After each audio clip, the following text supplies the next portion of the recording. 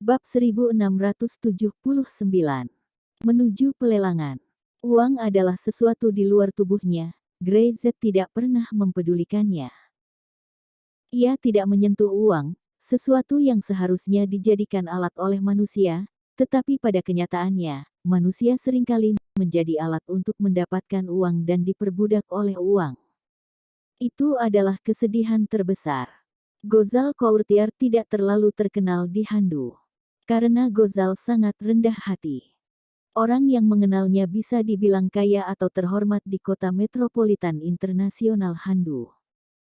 Lagi pula, dia mampu mengumpulkan dan membesarkan begitu banyak orang. Jika Ghazal tidak memiliki modal yang cukup, jelas dia tidak bisa melakukan ini. Dunia ini memang seperti ini, orang yang tampak hebat di permukaan kadang tidak terlalu hebat.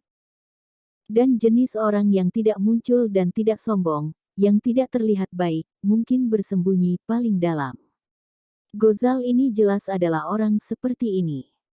Ketika mobil melaju ke halaman Ghazal, di pintu saja, ada orang menghentikan mereka, bersenjata lengkap. Mereka memeriksa setiap mobil untuk memastikan tidak ada yang masuk dengan senjata termal. Keselamatan selalu menjadi isu terpenting bagi Ghazal. Siapa yang bisa datang ke pelelangan, belum tentu baik tapi pasti kaya. Dididit. Peralatan inspeksi terus berdenyut. Beberapa orang memeriksa mobil Grey-Z bolak-balik sebelum mereka mengizinkannya masuk. Keketatannya tidak kurang dari memasuki rumah seorang pemimpin. Ini benar-benar ketat. Tentara bayaran ini sepertinya berasal dari tempat itu juga, kata Ryan. Sebelum Grey-Z dan yang lainnya berada di kota kasino di luar negeri, mereka telah bertemu dengan tentara bayaran dari wilayah Timur Tengah yang dilanda perang. Bahkan keluarga Lee di kota kasino dikirim ke Timur Tengah oleh Grey-Z untuk membuka pasar baru. Sejauh ini, Grey-Z tidak pernah menanyakan hidup atau mati keluarga Lee dan putranya. Di sana, kita akan pergi ke sana cepat atau lambat, kata Grey-Z ringan. Tempat semacam itu adalah yang paling gila. Hampir setiap hari, banyak orang mati di medan perang. Mereka melakukannya demi uang dan keuntungan. Hidup lebih murah daripada rumput. Dalam benak Grey-Z, gambar yang tak terhitung jumlahnya melintas. Dia melihat orang-orang di sana, mengungsi, rumah rusak, istri terbengkalai, dan yang paling menyedihkan akibat perang adalah anak-anak tunawisma. Grey-Z tidak ingin memikirkan apa yang akan terjadi jika dia dibawa pergi oleh organisasi tentara bayaran. Dia menutup matanya dan bergumam. Saya akan pergi ke sana lagi cepat atau lambat. Saat itu, saya berharap sesuatu akan berubah. Mobil melaju ke halaman lain, dan seseorang membimbing mereka untuk berhenti di posisi yang sesuai. Setelah keluar dari mobil, Grey-Z melihat sekeliling, dikelilingi oleh penjaga bersenjata. 2 orang, silakan pergi ke sini. Rute dan arah dikontrol dengan ketat. Bahkan jika Anda memasuki halaman lain, Anda hanya dapat bergerak di bawah mata tentara bayaran ini. Tidak bisa melarikan diri dari pandangan mereka. Ghazal ini tidak mudah. Ryan berbisik. Berapa biayanya? Menyewa begitu banyak tentara bayaran jelas bukan jumlah harga yang kecil. Terkadang, ini bukan hanya masalah uang, kata Grey-Z ringan. Dia tidak terlalu memikirkan masalah ini. Tujuan hari ini adalah memenangkan halaman buku tinju itu. Adapun siapa Ghazal ini dan apa latar belakangnya, Grey-Z tidak peduli sama sekali. Dia bisa merasakan bahwa pasti ada hubungan antara Ghazal dan Timur Tengah, tetapi hal itu tidak terlalu menarik bagi Grey-Z sekarang. Grey-Z dan Ryan dibawa ke aula lelang. Mereka berdua baru saja pergi ketika Rolls-Royce lain masuk.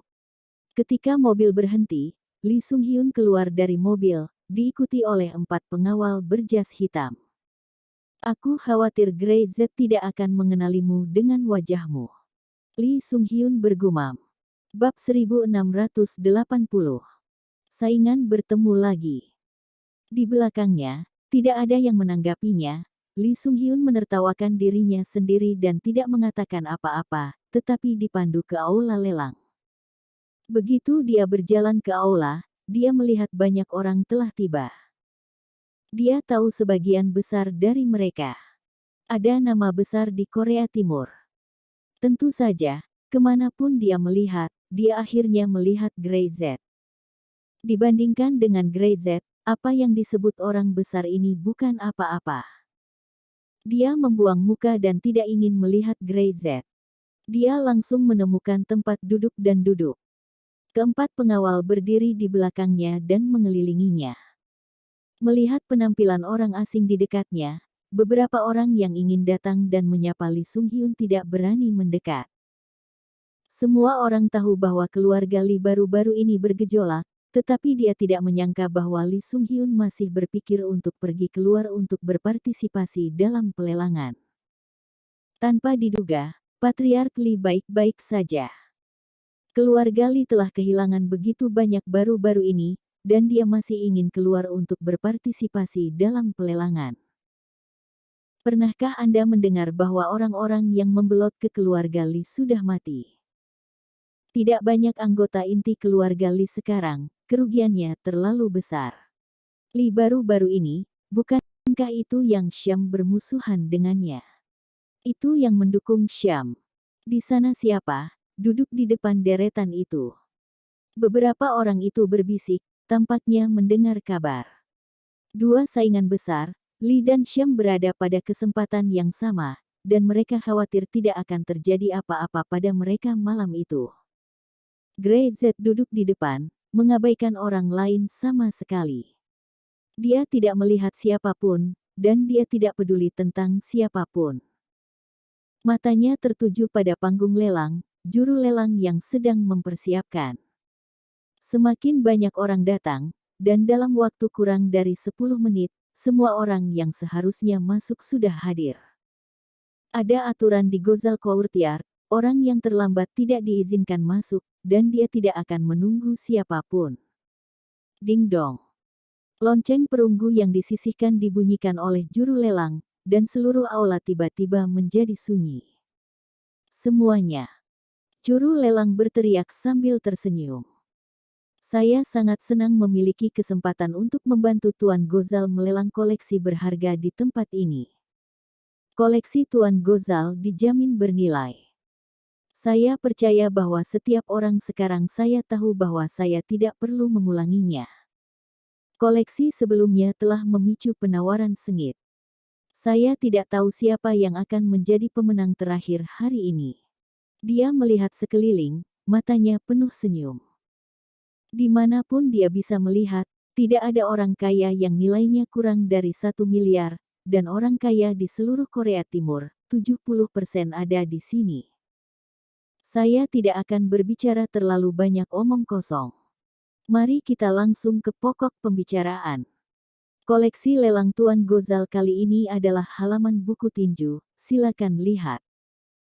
Dia mengulurkan tangannya dan platform pengangkat perlahan naik dari bawah, semua terbungkus kaca temper.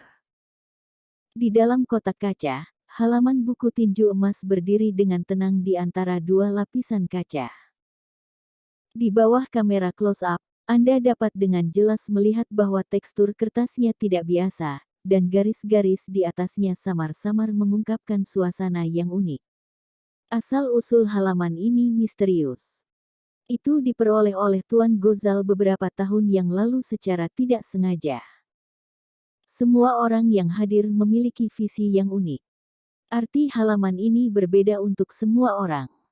Pelelang tampaknya kesulitan.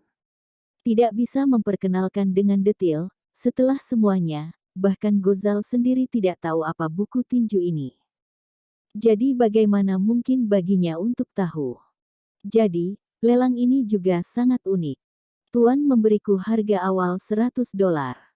Dia mengulurkan jarinya dan tersenyum. Kalian tidak salah dengar, ini dimulai dari $100.